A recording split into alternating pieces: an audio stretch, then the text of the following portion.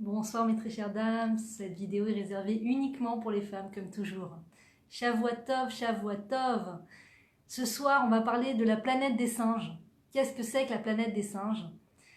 Eh bien la planète des singes, vous allez comprendre là où je veux en venir.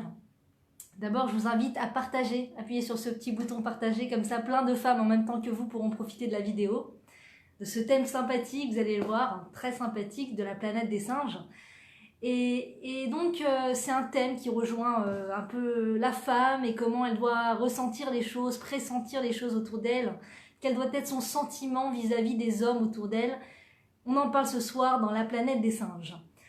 Alors, quand une femme appartient à un autre homme, quand une femme est liée à un autre homme, par le lien du mariage, d'accord, il n'y a pas de lien plus sain au monde que le lien du mariage.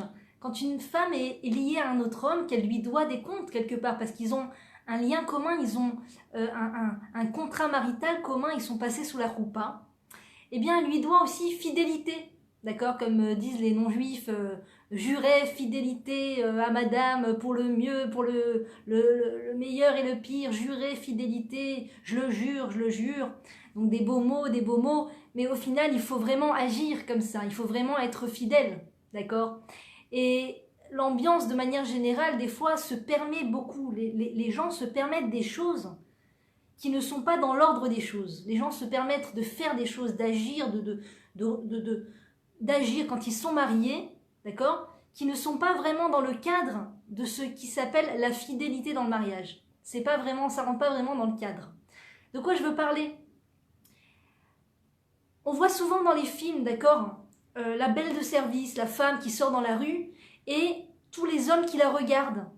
Elle marche dans la rue, elle traverse la rue et on voit tous les hommes comme des mouches autour en train de la regarder, de la suivre du regard, etc. Et puis toute cette mode des femmes super populaires avec les paparazzis qui leur courent après, qui les regardent, qui les photographient. Les femmes sont observées. Il n'y a rien dans la société non juive, il n'y a rien de mal. À être observée, c'est même une qualité, c'est même ça prouve qu'on est belle, ça prouve qu'on a réussi au niveau physique si on est regardé. Qu'en pense la Torah? C'est la question. Que pense la Torah du fait qu'une femme mariée va se laisser regarder? Est-ce que c'est bien, est-ce que c'est pas bien par d'autres hommes que son mari? Est-ce que c'est une bonne chose d'après vous? D'accord, je vous invite à répondre si vous avez envie de dire votre sentiment, ce que vous pensez sur la chose. Une fois, j'ai lu comme ça un genre de mots philosophiques comme ça. Apprends à te laisser regarder, car lorsque l'on te regarde, cela prouve que tu es belle, que tu es appréciable. Apprécie cela, apprécie le fait d'être regardée, ne te sens pas mal à l'aise. Qu'en pense la Torah? D'accord? Une femme mariée doit-elle se laisser regarder par les autres hommes? Et qu'est-ce que ça doit lui faire ressentir à l'intérieur d'elle? Parce que quand une femme est regardée par un autre homme, quand un homme regarde une femme, la femme le sait, la femme le sent. La femme le ressent, la femme ressent les regards sur elle. Si elle ne le ressent pas, ça veut dire qu'elle est peut-être un peu trop habituée à ce qu'on la regarde, à être regardée. Donc elle ne ressent plus les choses et donc c'est malheureux, c'est malheureux. Mais lorsqu'une femme est regardée, donc elle est mariée, elle est à table, elle est en train de parler et tout d'un coup elle sent qu'un homme la regarde. Eh bien je vais vous dire, c'est une chose triste qu'une femme mariée se laisse regarder par d'autres hommes. C'est une chose désagréable. C'est une chose qui après va réveiller chez elle plein d'imagination. Elle va partir dans son imagination. Parce que autant quand l'homme regarde une femme, il regarde la femme comme il pourrait regarder un steak avant de le manger, d'accord? Donc il regarde, point. Il apprécie par le fait de regarder, point. Quand la femme est regardée, ça va réveiller chez elle tout son imaginaire. Elle va commencer à s'imaginer des choses. Elle va s'imaginer que l'autre l'apprécie, que l'autre apprécie son physique, apprécie son caractère, que l'autre est séduit par elle. C'est tout un imaginaire qui va commencer à naître dans le cœur et dans l'esprit de la femme. Et c'est très problématique. C'est extrêmement problématique. Lorsqu'une femme a juré fidélité à son mari, lui doit la fidélité, d'accord, qu'elle l'ait consciemment jurée ou pas, d'accord, elle est passée sous la roupa, elle doit fidélité à son mari. C'est très triste qu'une telle femme se laisse aller à des pensées imaginaires, se laisse regardée par d'autres hommes et finit par y penser, par y réfléchir. Elle rentre chez elle et elle pense à ce garçon qui l'a regardée, qui lui a adressé quelques mots flatteurs, qui lui a lancé un sourire, qui a rigolé à sa blague, elle-même a rigolé à sa blague. Il va y avoir toute une électricité qui va se passer. La femme rentre chez elle, la femme mariée, et tout de suite elle a l'imaginaire rempli de cette personne-là. C'est extrêmement dangereux. C'est dangereux. C'est dangereux. Et d'abord, le premier résultat instantané, c'est que ça va déconnecter la femme de sa famille. Ça va déconnecter la femme mentalement de son mari et de ses enfants. Même ses enfants, elle n'arrive plus à se lier à eux et à les rencontrer vraiment parce que elle est pleine de cet imaginaire, de cet homme qui l'a charmée. Elle est dans cet état d'esprit de femme fatale, de femme, comment dire, qui attire le regard, de femme qui plaît. Et lorsque la femme est occupée à plaire à l'extérieur, à quelqu'un d'autre qu'à son mari, c'est comme si qu'elle sort de ce monde. Elle n'est plus vraiment dans ce monde. Elle n'est plus sur la terre. Elle est dans le ciel, elle est dans les nuages. Elle est dans un rêve. Elle vit un rêve. Elle est comme ça, en train de penser à cet homme. Et tout ce qu'elle fait, elle pense à cet homme. Et c'est terrible. Imaginez, la femme rentre chez elle, ses enfants, son mari, elle est pleine de cet homme qui l'a regardée. C'est terrible, terrible, terrible. C'est pas honnête. C'est pas droit. Et c'est très dangereux. Ça s'appelle rentrer dans la gueule du loup. Rentrer dans la gueule du loup. Quand une femme se sent regardée par un autre homme, ça doit la dégoûter. Une femme mariée, je parle. Si c'est une femme célibataire et qu'elle se sent regardée par son chidour, par la personne avec qui elle est en discussion pour le mariage, alors c'est une bonne chose. On veut que cela ait lieu, on encourage à cela. Mais lorsqu'une femme mariée, d'accord, va à un repas, va à un mariage. Moi, j'étais il n'y a pas longtemps à un mariage. Je préfère tellement quand les mariages sont séparés, même au niveau des tables de repas. C'est tellement plus tranquille, on peut vraiment s'exprimer, on est vraiment libre. Et là, quand on est tous à table, tous à une même table, les hommes et les femmes mélangés, il y a toujours un jeu de regard, un jeu d'observation, surtout qu'on est tous sur nos 31, parce qu'il y a un mariage, il y a un événement, donc il y a une fête, on est maquillé, on est habillé, bien qu'il faut toujours garder sa pudeur même dans ces moments-là, surtout dans ces moments-là, surtout quand on sort de la maison. Mais en l'occurrence, on est tous bien apprêtés autour d'une table, l'homme et la femme, l'homme et la femme, l'homme et la femme, les maris, les femmes, etc. Il y a toujours des regards qui s'échangent. La femme se met à parler, alors les gens la regardent, donc forcément les hommes et les femmes la regardent. Il y a toujours une ambiance comme ça, un petit peu problématique. Et donc j'étais assise à une table de mariage. Et il y avait en face de moi un homme. C'était une table longue, il y avait en face de moi un homme, j'ai fait en sorte de ne pas m'asseoir complètement en face de lui, et mon mari n'était pas là en l'occurrence, il était ailleurs, il était affairé, occupé. Je mangeais tranquillement, j'étais avec mes enfants, et je sentais que cet homme regardait chaque femme, essayait de placer un mot à chaque femme. Vous êtes qui? Ah, et vous venez d'où? Ah, ah ouais, on est mieux comme ça, hein. Ah, bah, il fait chaud là-bas, ouais, tout ça. Et à chaque personne qui essaye d'attirer comme ça, et chaque fois qu'il arrive à moi comme ça, il me regarde et moi je ne suis pas intéressée à rentrer en contact avec cet homme inconnu que je ne connais pas. D'accord? Je ne suis pas intéressée, même si je le connaissais, je ne suis pas intéressée à rentrer en contact avec cet homme puisque je suis mariée à un autre homme. Je préfère garder mon intérêt pour un autre homme. Je ne veux pas faire honte à un autre homme, mais en tout cas, je ne vais pas rentrer dans une discussion avec un autre homme. Ça ne m'intéressait pas. Donc chaque fois qu'il me regardait, je baissais la tête. Au bout d'un moment, il a commencé à parler fort pour que je puisse le regarder. Il dit « Et vous, votre nom, c'est comment? Et comment vous vous appelez ?» Mais je n'étais toujours pas intéressée à communiquer avec ce monsieur parce que, par fidélité, par honnêteté pour mon mari, bien que mon mari n'était pas là, et encore plus, raison de plus. Et donc, je ne regardais pas ce monsieur, je mangeais, j'étais avec mes enfants, mais je sentais le regard de ce monsieur sur moi pesant. Et cela me dérangeait fortement. Cela me dérangeait fortement parce que c'est dérangeant, c'est déplacé. C'est déplacé. Je suis une femme mariée, enfin. Ça ne se voit pas. J'ai la tête couverte et très certainement, vous, monsieur, vous êtes marié. Ce monsieur était marié. Je l'ai appris après. Ce monsieur est marié. D'accord? Donc c'est un monsieur marié qui regarde des femmes mariées. Et on nous dit dans la Torah, il y a une chose extrêmement grave, Lo tachmod eshet recha. Comment dire, ne voudras pas, l'otachmod, tu n'auras pas envie de la femme de ton ami. Tu n'envieras pas la femme de ton ami. D'accord?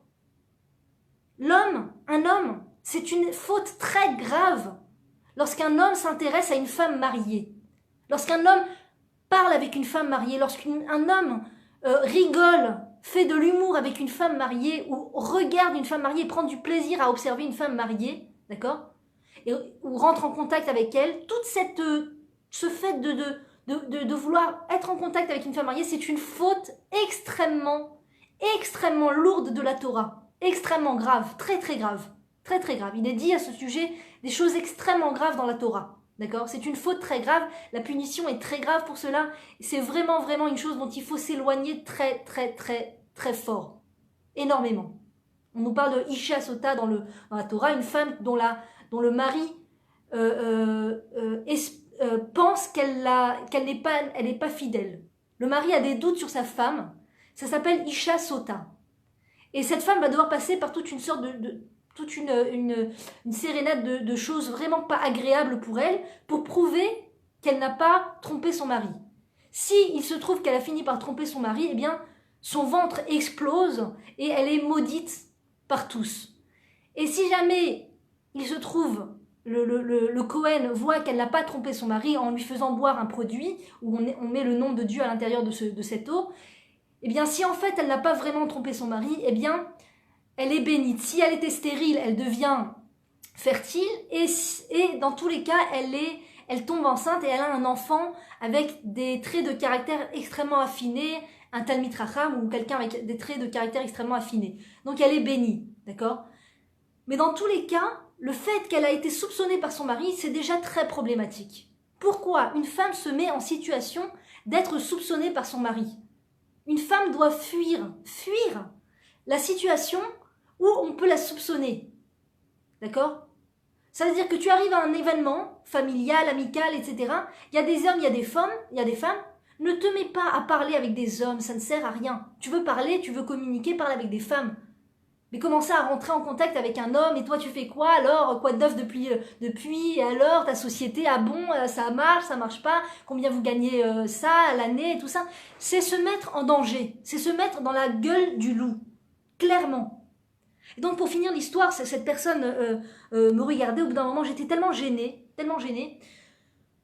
que je me suis levée de ma place, j'ai pris mon assiette et j'ai été m'asseoir complètement en bout de table, où il n'y avait pas d'hommes, les hommes étaient là-bas, et comme ça j'étais beaucoup plus tranquille, déjà je pouvais manger plus tranquillement, je me sentais pas observée, et je n'étais pas en situation de mal-être, de désagréable comme ça, où cet homme inconnu ou inconnu, peu importe, cet homme qui n'est pas mon mari, veut me parler, veut me regarder.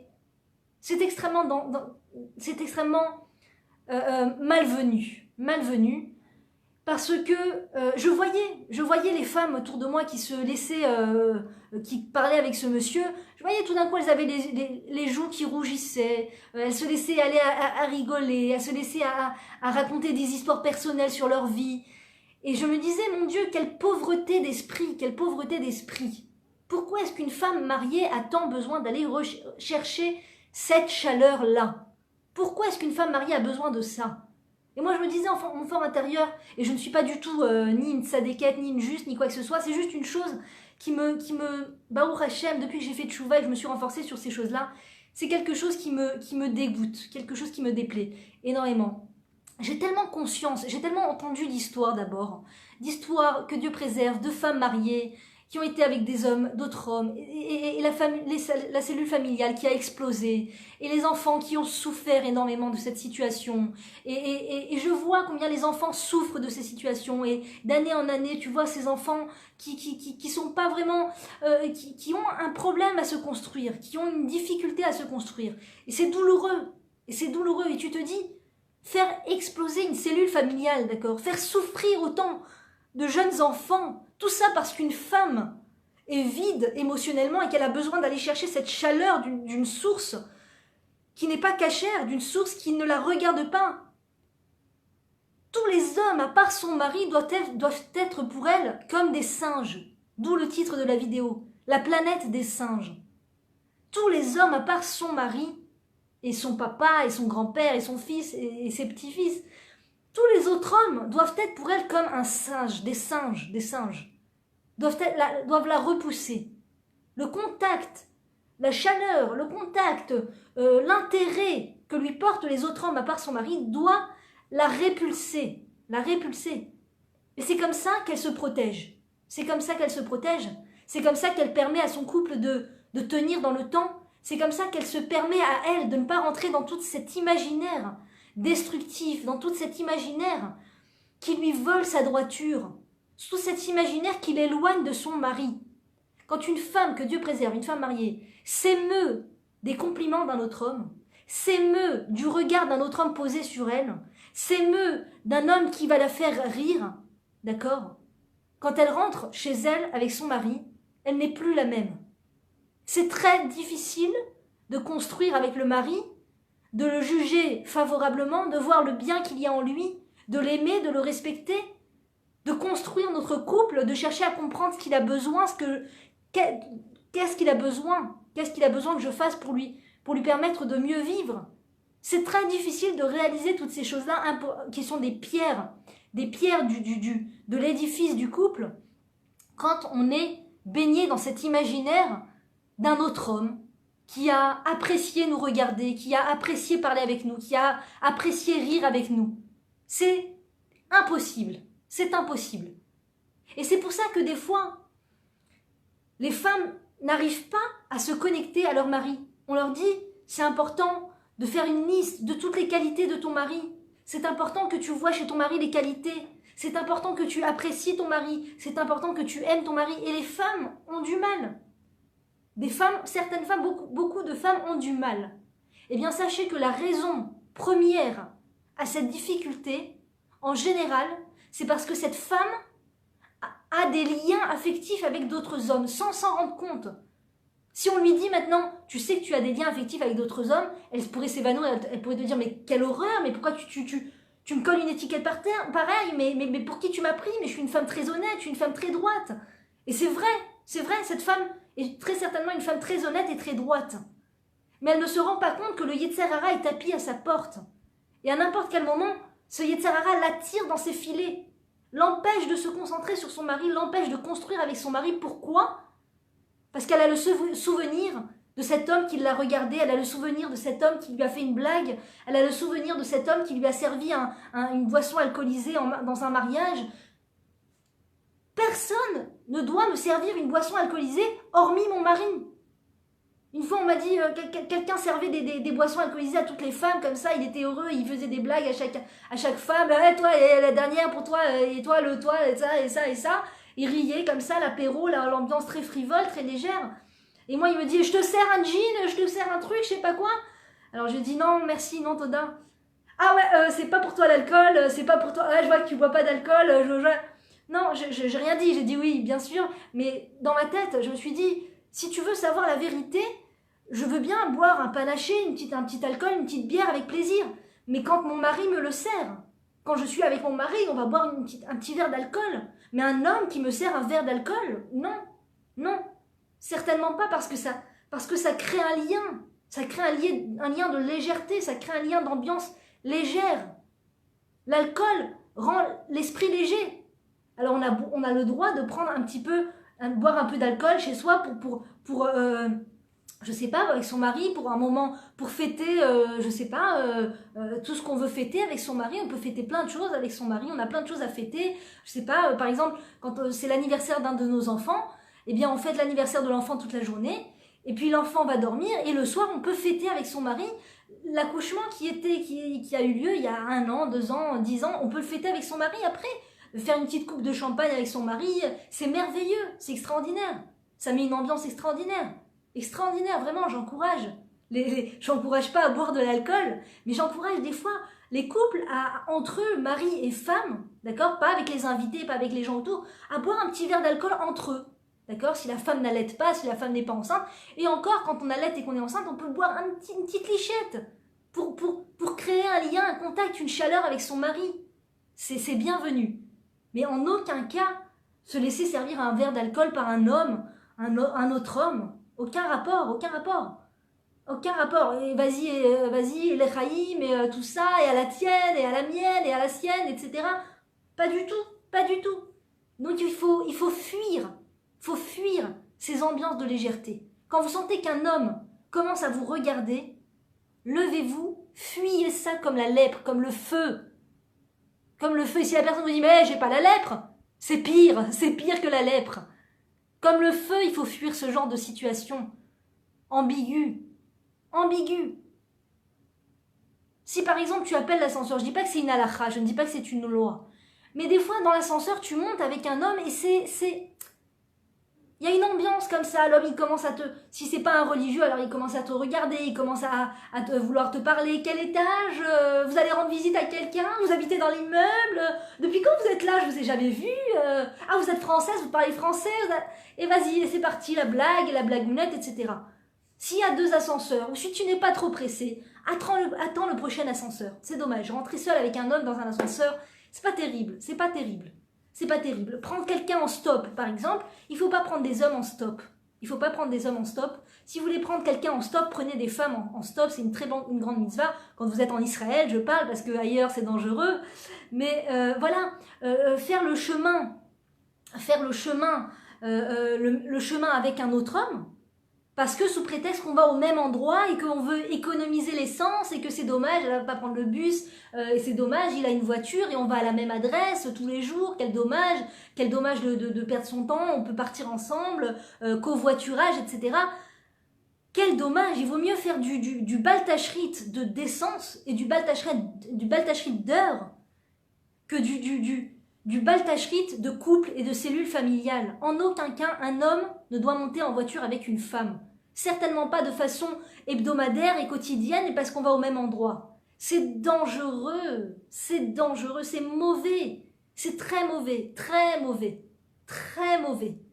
Enfermés dans une voiture tous les deux, qu'est-ce qu'on va faire?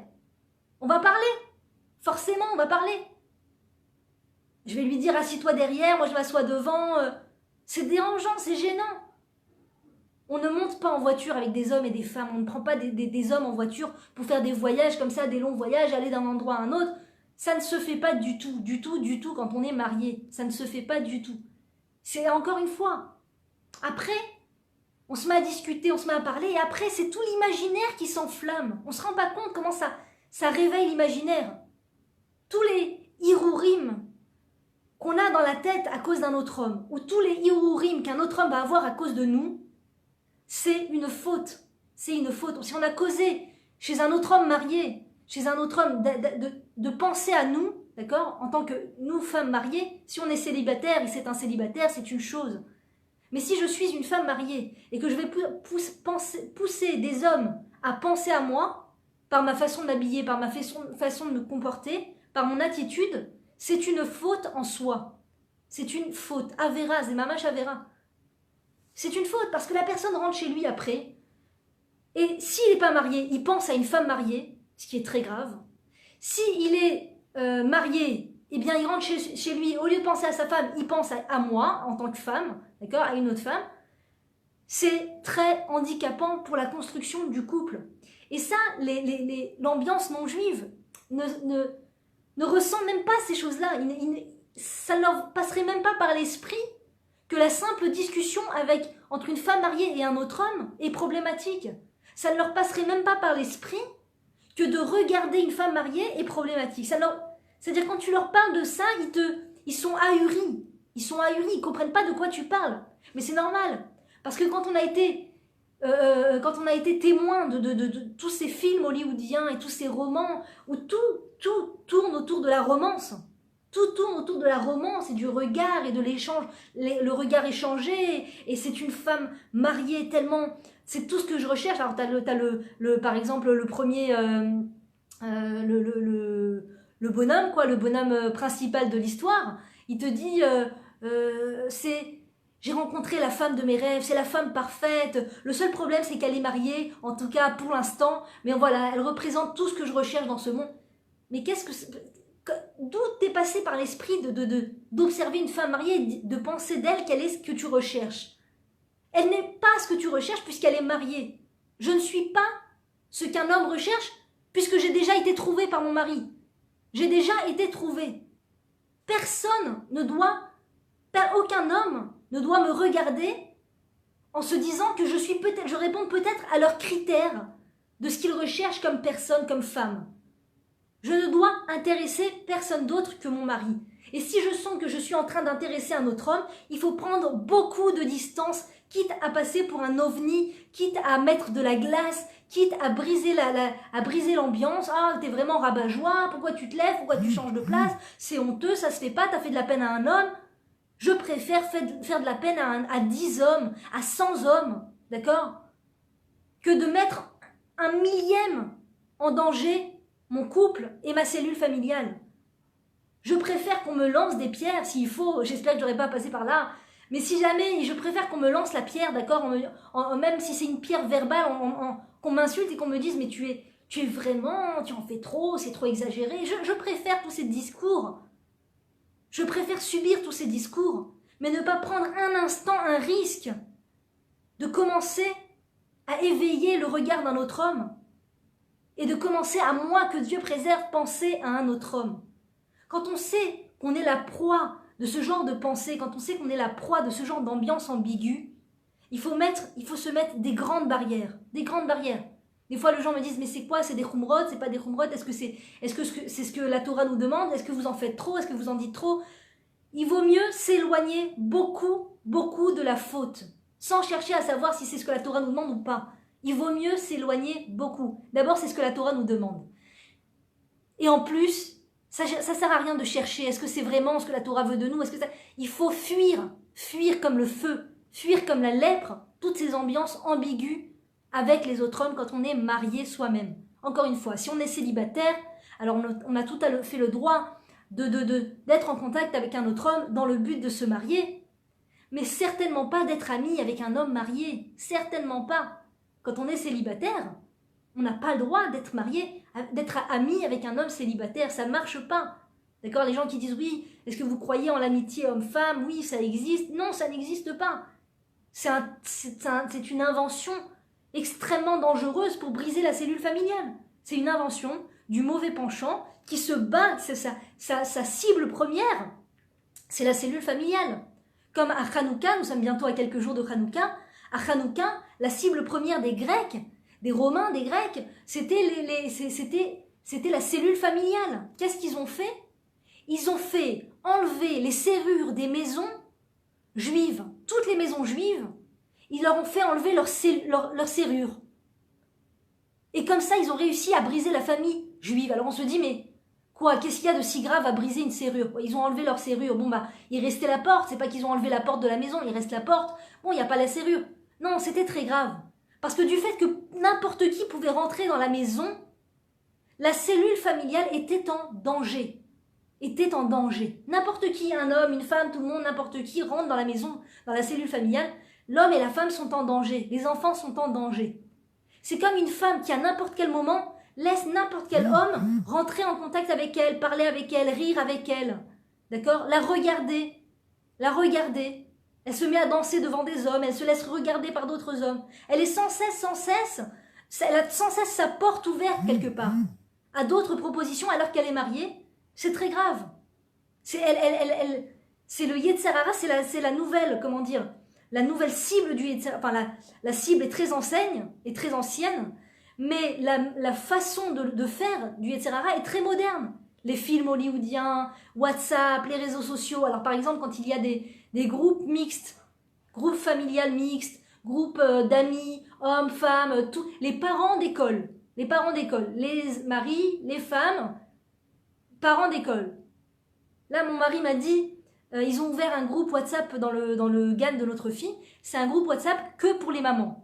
D'accord? Donc je ne suis pas pour WhatsApp. D'ailleurs, je m'y suis mise il y a quelques jours pour mettre des vidéos, mais je vais m'y retirer très, très rapidement parce que c'est vraiment incessant. Et donc, on a la tête vraiment complètement aspirée par ce WhatsApp. Et donc, en l'occurrence, bon, un groupe que pour les mamans, c'est une chose. Voilà, c'est une bonne solution. Mais quand tu as un groupe mixte, d'accord? Alors, tu as la belle-sœur qui donne une recette, et puis tout d'un coup, tu as le beau-frère qui dit ah bon, mais où t'achètes ces ingrédients-là? Et la belle-sœur qui dit ah bah là-bas, dans ce magasin, j'adore ce magasin, j'y vais tout le temps. D'ailleurs, là, j'y vais la semaine prochaine, jeudi à 20h. Ah bon? Ah bah tiens, il faut que j'achète quelque chose là-bas, dit le gendre. Ah bon, bah on n'a qu'à se donner rendez-vous, on va acheter les ingrédients ensemble. Et c'est comme ça que ça commence, les problèmes. C'est comme ça que les problèmes commencent. C'est comme ça que les problèmes commencent. La belle-fille, ou la jeune fille, ou la cousine, ou la copine qui met la photo d'elle à Ibiza, regardez les photos d'Ibiza, et le mari de la copine, de la femme qui tombe sur les photos. Ah, t'es bronzé, dis donc. Ah, c'est bien Ibiza, et tout. Et voilà. Et voilà, qu'est-ce qu'il a besoin de voir ça? C'est quoi ces groupes mixtes? C'est terrible. C'est terrible. C'est comment dire, avance, le Yetzer Hara fait avancer les choses à 1000 à l'heure, quoi. Si avant, pour tomber dans l'infidélité mentale, etc., il fallait des heures et des heures et des jours et beaucoup d'efforts, d'accord? Parce que chacun avait sa maison, chacun avec sa famille, chacun avec son patelin, il fallait vraiment sortir de chez soi, il fallait vraiment aller dans un bistrot, c'était très mal vu déjà, une maison close, n'en parlons pas, c'était extrêmement mal vu, il fallait marcher très loin, il fallait payer très cher. Donc, et aujourd'hui, tout va très très vite.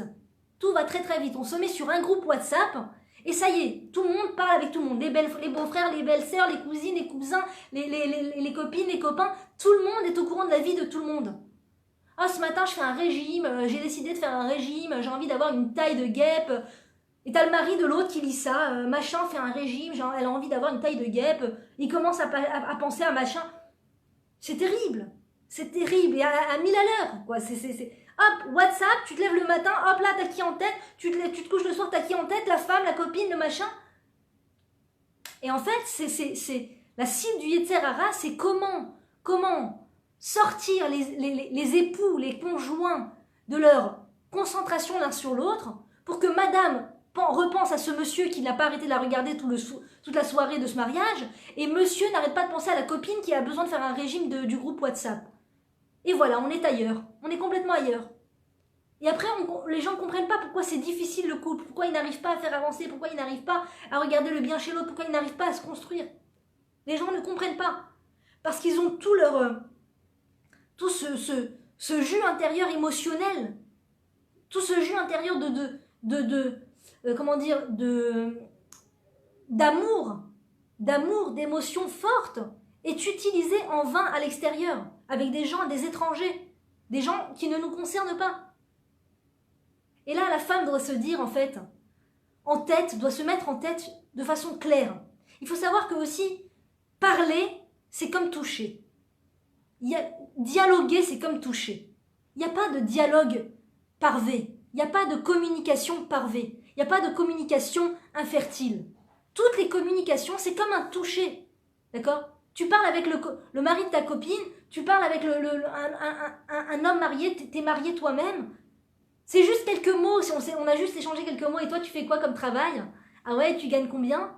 Ah ouais, avec qui? Quel boss? Ah ouais, je connais. C'est pas juste on parle de travail, c'est un échange. C'est un échange de personnalité, c'est un échange de traits de caractère, c'est un échange de personnes, tu vas découvrir ma personne et je vais découvrir ta personne. Pourquoi? J'ai juré fidélité à mon mari. Découvre la personne de ton mari. T'as envie de communiquer, t'as envie de découvrir quelqu'un, t'as envie de découvrir, partir sur les pas de quelqu'un, de connaître quelqu'un. Découvre ton mari. Propose à ton mari de te découvrir. Découvrez-vous l'un à l'autre. On n'a jamais fini de découvrir des informations sur son mari. On peut toujours découvrir des choses, raconter des choses qui nous est arrivées quand on était jeune, et le mari se rappelle d'un souvenir et il en parle. Si la femme a fait un travail sur elle de permettre à son mari de parler et de l'écouter, c'est extraordinaire, c'est très enrichissant parce qu'on est en train de se découvrir mutuellement 10 ans, 20 ans, 30 ans, 40 ans, etc. Et ça ne s'arrête pas. Ça ne s'arrête pas. Mes beaux-parents, que Dieu les bénisse, chaque année, ils se disent, ils se font une demande en mariage. Chaque année, que Dieu les bénisse. Chaque année, alors c'est reparti pour un an, allez, c'est reparti pour un an. C'est leur phrase habituelle. Le jour de leur mariage, c'est trop beau. C'est trop beau, c'est passionnel, c'est plein d'amour, c'est plein de romance. Et pourtant, ils sont mariés depuis je ne sais pas combien de temps, 20, 30, je ne sais pas, 30 ans peut-être. C'est de la romance. 30 ans de mariage, de la romance. Ça ne peut arriver que quand on est fidèle l'un à l'autre, dans son esprit, dans sa tête, dans son attitude. Ça ne veut pas dire maintenant qu'on doit mépriser les autres hommes, qu'on doit les haïr. On ne doit pas haïr les autres hommes. Au contraire, c'est par amour pour eux, par respect pour eux et par amour pour eux qu'on leur permet de construire leur cellule familiale, et nous, on s'attelle à notre cellule familiale. Par amour pour eux et pour leurs femmes. Parce que si on les aime eux, on aime aussi leurs femmes. Et donc on veut qu'ils aient de la paix conjugale. Et donc on ne va pas s'immiscer dans leur couple. S'immiscer dans... Il n'y a rien de pire que s'immiscer dans le couple de quelqu'un d'autre. Ou de laisser des gens s'immiscer dans notre couple. C'est très mauvais pour le couple. Ça ne veut pas dire qu'on n'a pas le droit d'inviter des gens. On peut inviter des gens, mais il faut faire attention. Qui on invite? Si on invite des couples de gens dont la femme est très attirante, d'accord, et elle ne se gêne pas pour attirer, c'est comme se mettre une balle dans le pied. C'est vraiment se tirer une balle dans le pied. C'est vraiment se mettre des bâtons dans les roues de son couple. Pourquoi je vais ramener chez moi une femme? Oui, mais c'est l'ambiance, et son mari il est sympathique, et il fait rire tout le monde, et c'est une ambiance, c'est comme ça, et ça va, et c'est tout. Pourquoi prendre de tels risques? Pourquoi prendre de tels risques? C'est dommage. C'est dommage. Hein. Je ne dis pas qu'il faut inviter que des moches, Chas v'Shalom, mais je dis qu'il faut la vraie beauté, c'est pas extérieur, c'est de l'intérieur. C'est de l'intérieur. La beauté, c'est de l'intérieur. D'accord? Donc si tu invites des gens qui se limitent à la beauté extérieure chez toi, tu mets en danger ton couple. Si tu invites chez toi des gens, si tu fais venir chez toi des gens dont la femme va commencer à s'immiscer dans ton couple, ton mari, excuse-moi, mais moi je l'aurais jamais me laissé parler comme ça, je vais te dire, écoute-moi bien, fais-moi confiance, c'est pas un homme de confiance ton mari, Chas v'Shalom, oui, tout ça, c'est terrible, c'est terrible. Les gens qui ont un impact négatif sur nos couples, notre couple, il faut les fuir comme la lèpre. Vraiment, c'est très dangereux.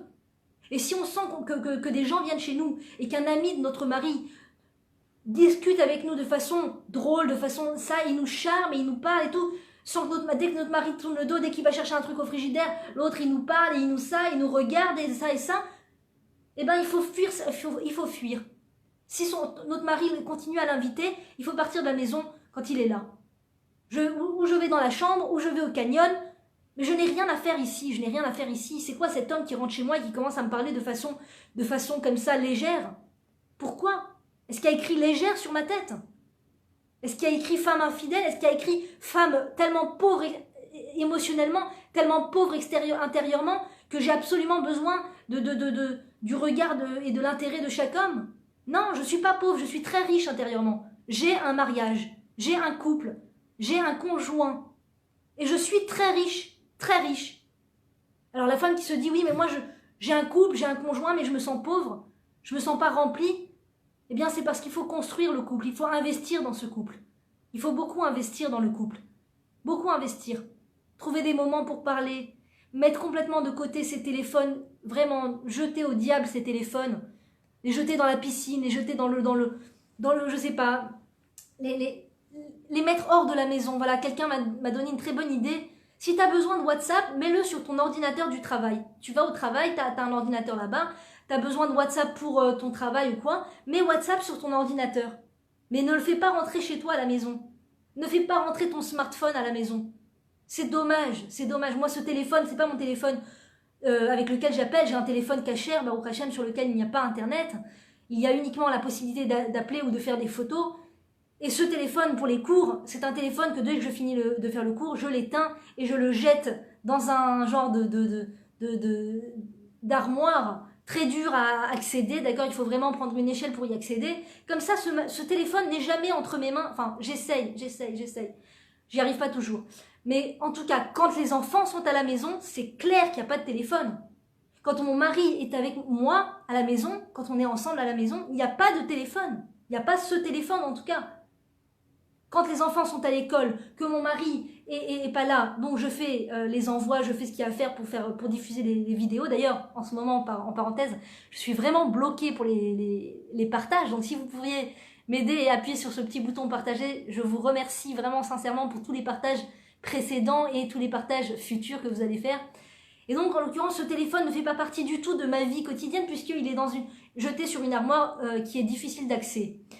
Et en l'occurrence, quand on est avec mon mari, quand il y a les enfants, il n'y a pas de téléphone, il n'y a pas de smartphone, il n'y a pas. C'est pour ça que les gens me disent, même ma famille proche, même mes parents, ma famille, mais tu réponds jamais à ton téléphone, et pourquoi? Et t'es jamais joignable, et les gens veulent m'appeler, t'es jamais joignable, ouvre ton téléphone.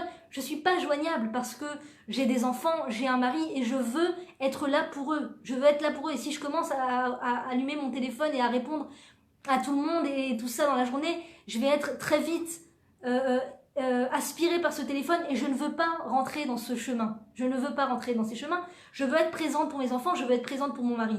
Donc, en l'occurrence, ne pas faire rentrer ces appareils de malheur dans la maison. Comment on construit son couple en passant le plus de moments possible ensemble avec son mari, des moments de qualité, faire des choses toutes simples, je sais pas, aller marcher dans la rue le soir, aller à une pizzeria de temps en temps, lui et moi, nous et lui, je sais pas, faire des choses qui nous fait du bien ensemble, faire un petit apéro. Pourquoi est-ce qu'on fait un apéro que quand il y a des invités, d'accord? Quand il y a des invités, on sort les cacahuètes, les chips et le panaché.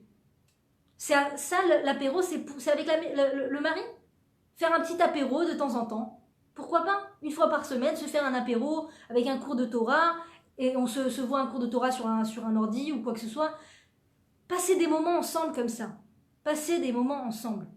Et après, comme ça, on se remplit intérieurement et on ne se sent pas vide. Et on n'est pas à la merci de tout un chacun, de tous les hommes. Et on n'est plus dans cette volonté de toujours attirer le regard et l'attention de tous les hommes. Dès qu'on a la possibilité de parler devant les hommes, on parle devant les hommes. Dès qu'on a la possibilité de mettre des vêtements très attirants devant les hommes, on met des vêtements attirants devant les hommes. Dès qu'on a la possibilité de se faire entendre et de se faire voir, en bref, on se fait voir et on se fait montrer devant les autres hommes. Pourquoi c'est vraiment faire preuve d'une pauvreté intérieure. Et c'est dommage et ça met vraiment en danger le couple. Voilà, mesdames. Donc, si vous avez des questions à poser, ça sera avec grand plaisir. Pardon. Si vous avez des questions à poser, voilà, je regarde les commentaires. Voilà, est-ce que vous auriez des questions à poser? Est-ce que vous vouliez qu'on parle d'un sujet principal, une question par rapport à ce que je viens de dire? Merci les filles, merci, c'est ça exactement, c'est grave. Et oui, c'est tellement triste quand on voit malheureusement ces couples qui explosent pour des choses tellement bêtes. Une femme au travail, une femme que la personne prenait en stop avec lui, une femme, un homme qui n'avait pas compris. Moi j'ai raconté une histoire, les femmes ont dit ah ça veut rien dire et tout, mais c'est quand même une histoire qu'il faut raconter parce que voilà, c'était une femme qui allait travailler. Mon mari me l'a raconté, il a entendu de première main. C'est une histoire que quelqu'un qui travaille dans une société lui a raconté, qu'il y avait une femme qui venait travailler à la société, et apparemment le patron était célibataire, et la femme était extrêmement apprêtée, extrêmement attirante, extrêmement belle, avec des cheveux très longs, très beaux, très attrayants, et à la fin, après 6 mois apparemment, le patron et la fille ont fini ensemble. Pour le patron, c'est pas très grave puisqu'il était célibataire, mais ils ont fini par comprendre que cette femme était mariée et qu'en vérité, elle avait une perruque extrêmement longue, extrêmement belle, parce que j'ai parlé des perruques et en effet, j'ai vérifié le sujet et en effet, le rabbi permet tout à fait la perruque. Le rabbi encourage même plus à la perruque qu'au foulard, paraît-il. Donc je ne sais pas, chacun avec son rave, chacun avec son pot sec. La perruque est tout à fait permise quand c'est une perruque qui n'attire pas trop le regard. Chacune saura quelle perruque attire le regard, quelle perruque n'attire pas le regard. Chaque femme saura qu'est-ce qui attire le regard ou pas. Mais il y a quand même des lois en centimètres, en millimètres, etc. Il y a des lois. Et donc, en l'occurrence, c'était une perruque très attirante. Et le patron ne savait pas que c'était une femme mariée. Donc, vous me direz, le problème, c'est pas la perruque, le problème, c'est pas le patron, le problème, c'est cette femme. Pourquoi est-ce qu'elle s'est laissée aller dans ce jeu? Pourquoi est-ce qu'elle n'a rien dit? Pourquoi est-ce qu'elle n'a pas dit qu'elle était mariée? Mais c'est comme ça, que voulez-vous? Il y a un yetzer hara chez la femme, chez l'homme, qui est très fort. Ce yetzer hara, s'il est utilisé à bon escient, ça peut être un piment extraordinaire dans le couple. D'accord? Si la femme utilise cette volonté d'attirer le regard, de romance, de passion et tout ça dans le couple, elle peut construire son couple de façon extraordinaire. Et chaque femme aura la liberté de sa créativité, de comment elle veut plus plaire à son mari à la maison, comment elle veut créer des situations entre elle et lui qui vont coller les morceaux, qui vont les aider à se rapprocher.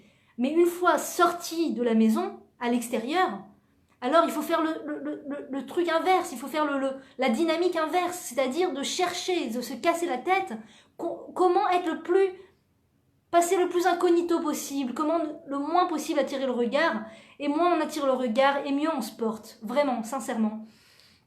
Et donc cette femme, la pauvre chérie, Bémet la pauvre chérie, parce que je ne sais pas par quoi elle est passée, je ne sais pas quel était quel est son vécu, par quoi elle est passée, etc. Mais apparemment, elle devait être très vide intérieurement, émotionnellement. Et donc elle s'habillait de façon très attirante. Elle était religieuse, mais elle a utilisé la pudeur d'une façon qui était vraiment limite, apparemment. Et donc cette façon pudeur, mais finalement impudique de se vêtir, a beaucoup attiré le regard de ce patron, et donc finalement elle-même s'est laissée aller à se regarder, à se laisser charmer. Et vous savez, c'est comme une allumette qu'on allumerait et qu'on jetterait dans un champ de paille. Dans un champ de paille. Ça serait comme jeter une allumette allumée dans un champ de paille. Tout prend feu en moins d'une minute. En moins d'une minute. Des fois, on voit que Dieu préserve la terre d'Israël, mais des fois, on voit, il y a les ennemis qui lancent du feu dans les champs et dans les camps, dans les champs, pardon. Et on voit comment le feu prend très vite. Comment le feu prend très vite, et c'est des choses rares. Baruch Hashem, il n'y a aucun blessé, Baruch Hashem, tout va bien. Mais voilà, on voit comment dire, les pompiers qui courent et qui vont très vite et tout, et malgré l'eau et malgré les hélicoptères, des fois, le feu ne s'éteint pas. Des fois, le feu ne s'éteint pas. Quand tu jettes un bout de feu dans un champ sec, c'est catastrophique. C'est une grande catastrophe. Quand une femme mariée, d'accord, se met en situation d'attirer le regard, quand une femme mariée se met à la merci de l'attirance des autres hommes, se met à la merci comment dire, du regard des autres hommes, c'est comme allumer un champ de paille. Ça peut aller très vite et après c'est très dur de s'arrêter, c'est très dur de mettre un stop, de mettre un frein. C'est pour ça qu'il vaut mieux passer des fois pour des extrémistes et quitter le travail. Et moi, je vous raconte une histoire d'une femme qui a lu le livre que j'ai écrit, Baruch Hashem, avec l'aide de Dieu, en vente sur Amazon. Et moi, dans tout ça, où je raconte l'histoire justement de tchouva, d'une femme styliste dans ses débuts et tout ça, qui fait tchouva, qui va de Paris à Tel Aviv et tout, très sympathique si vous voulez le lire, paraît-il, hein, c'est pas que je le dis. Et moi, dans tout ça, sur Amazon.fr, de Livia Sarah Atlan. Et donc, quelqu'un a lu ce livre. Et elle est venue me raconter son histoire personnelle. Elle m'a dit, tu vois, j'ai lu ton livre, ça m'a tellement touchée, c'est tellement vrai ce que tu dis sur la pudeur et tout ça, c'est tellement important. De dire, regarde, elle me dit, regarde, moi, et je la connais, c'est une femme extrêmement pieuse, extrêmement pudique, extrêmement pieuse. Elle me dit, un jour, je suis partie travailler dans un call center, il n'y avait pas le choix, il fallait que je ramène la parnassa, donc j'ai été travailler dans un call center, très pudique, et donc il y avait d'un côté les femmes, d'un côté les hommes, mais quand même, les femmes avaient la vue sur les hommes avaient la vue sur les femmes. Quand la femme rentrait dans la pièce, les hommes la voyaient. Et elle me dit, j'étais assise en face d'un homme comme ça. Elle dit, les premiers jours, j'y vais, même pas je le regarde, même pas il me regarde, même pas on se regarde, je fais mon travail, il fait son travail et tout. Elle me dit, c'est un homme reconnu et réputé pour être quelqu'un de très droit, de très religieux, de très honnête, etc. Elle me dit, voilà, et les jours passent, et un jour, il me regarde, et il tourne la tête. Un autre jour, j'arrive, il me regarde, il a le regard un peu plus appuyé, et il tourne la tête. Elle me dit, moi, je sentais que ça me faisait, je sais pas, je sentais que, tout d'un coup, le matin, avant d'aller travailler, j'avais encore plus envie de m'apprêter, j'avais encore plus envie de faire attention à moi, de mettre un petit accessoire, je sais pas, un petit coup de maquillage, et tout d'un coup une robe un peu plus jolie, et un jour une robe de Shabbat, et un tout, et voilà, et tout ça. Et chaque fois il me regardait plus, elle me dit, il y avait quelque chose de malsain, mais je n'aurais pas pu l'expliquer. C'était très difficile de voir les choses en face. Elle me dit un jour, un Shabbat, j'allume les bougies de Shabbat, et les bougies prennent littéralement feu. Feu, mais vraiment, sans flamme. La maison a failli prendre feu. Baruch Hashem, ils ont réussi à éteindre le feu, c'était pas encore Shabbat, je sais pas comment ils ont fait, ils se sont débrouillés, Baruch Hashem, ils ont éteint le feu. Motzei Shabbat, première seconde, elle prend le téléphone, elle appelle sa rabbinite, et elle lui raconte l'histoire des bougies. Elle dit, voilà, madame la rabbinite, j'ai allumé les bougies, le feu quoi, mais tout charbonné, noir en une demi-seconde, j'ai pas compris ce qui se passait, il y avait une odeur de feu dans toute la maison, c'était hyper dangereux. La rabbinite l'écoute et elle lui dit, t'as quelqu'un? Elle dit, quand la rabbinite m'a dit t'as quelqu'un, j'ai failli m'évanouir. Elle dit, quoi? Mais quelle horreur, mais je suis mariée, je suis religieux, ça va pas, mais chas v'shalom, mais je suis fidèle à mon mari, mais quelle horreur. Tu as quelqu'un? Mais non, mais je vous promets, madame la rabbinite, je vous l'aurais dit, j'ai pas honte de vous dire la vérité, c'est pour ça que je vous appelle, justement, pour que vous m'aidiez à trouver la situation, mais la solution, mais c'est pas du tout, pas du tout, pas du tout, je suis extrêmement fidèle à mon mari. Et la rabbinite réitère sa question. Tu as quelqu'un? Quand un rave ou une rabbinite réitère leur question, ça ne veut pas dire qu'ils n'ont pas compris notre réponse. Ça veut dire que nous, on n'a pas compris leur question. Elle me dit, on n'a pas compris leur question. Et là, je réfléchis et je repense à cet homme qui me regarde à chaque fois un peu plus. Et que dernièrement, il s'est carrément mis à me parler. Il m'a dit combien de chiffres t'as fait? Ah ouais, c'est pas mal. Ouais, bravo, franchement, bravo. Oui, c'est vrai, c'est vrai. Il y a une dynamique ambiguë et négative. Et elle raconte ça à la rabbinite. La rabbinite lui dit tu quittes ce travail. Il dit quoi? Mais attendez, madame la rabbinite, je veux bien faire ce que vous me dites, mais c'est ma source de revenus, c'est comme ça que je gagne mon argent, je veux bien changer de place, je veux bien carrément aller à l'autre bout. Elle lui dit tu changes de travail. C'est où ça où tu dis au revoir à ta famille? Elle m'a dit, elle m'a tellement, tellement remuée que tout de suite, j'ai changé de travail, j'ai complètement arrêté. Je suis partie du jour au lendemain, aucune explication. J'ai dit au patron que je ne peux plus travailler là-bas. Ni j'ai été les voir, ni je leur ai dit au revoir, je reviendrai plus travailler. Rien. Elle dit, je suis même pas retournée là-bas. J'étais copine avec les filles, j'étais copine voilà, avec ce monsieur. Et voilà, rien. Ni j'ai pris de leurs nouvelles, rien. J'ai complètement arrêté d'aller travailler là-bas. J'ai trouvé un autre travail, etc.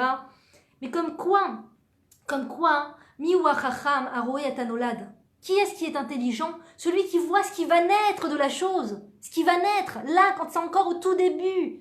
Avant que ça s'enflamme. Avant que ton cœur s'enflamme pour cette personne. Avant que tu te mettes à penser à cette personne. Avant que tu te mettes à chas v'shalom te déconnecter de ton mari. Parce que tu as un autre homme dans la tête. Avant. Fuis. Prends tes pieds à ton cou. Cours. Protège ta famille. Ah, mais c'est honteux de reconnaître qu'on est attiré par un autre homme, c'est honteux de reconnaître. Il vaut mieux avoir honte dans ce monde qui a une fin, d'accord? 120 ans, que dans le monde futur. Le monde futur, c'est pour l'infini. Et là-bas, on lit, tout le monde lit en nous comme un livre ouvert. On est un livre ouvert. Les gens voient ce qu'on a fait, ce qu'on a vécu, ce par quoi on est passé, ce qu'on a pensé, ce qu'on a eu dans le cœur. Il vaut mieux avoir honte dans ce monde-là que d'avoir honte pour l'infini dans le monde futur. Et ne surtout pas briser une cellule familiale. Vous savez ce que c'est des enfants qui ont appris, chas v'shalom, que leurs parents ont été frivoles, que leurs parents ont été infidèles. Vous savez ce que c'est de passer de héros à zéro.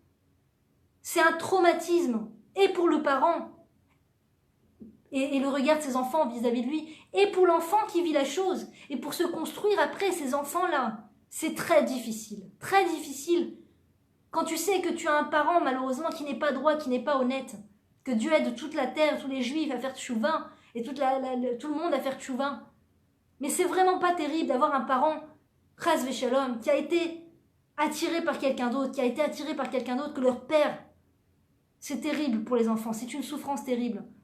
Et pour la femme, c'est une honte terrible. Donc il vaut mieux être honnête et mettre une fin à toutes ces choses ambiguës, toutes les situations ambiguës. Il faut les fuir comme la lèpre. Voilà, mesdames. Je vous encourage à partager. Je nous souhaite, Bezrat Hashem, que Dieu nous aide à avoir des cellules familiales droites, honnêtes, et nous aide nous-mêmes à être des femmes honnêtes et à fuir le regard des autres hommes. Que les autres hommes soient pour nous comme des singes. Amen. Je vous souhaite Shavua Tov et à très bientôt.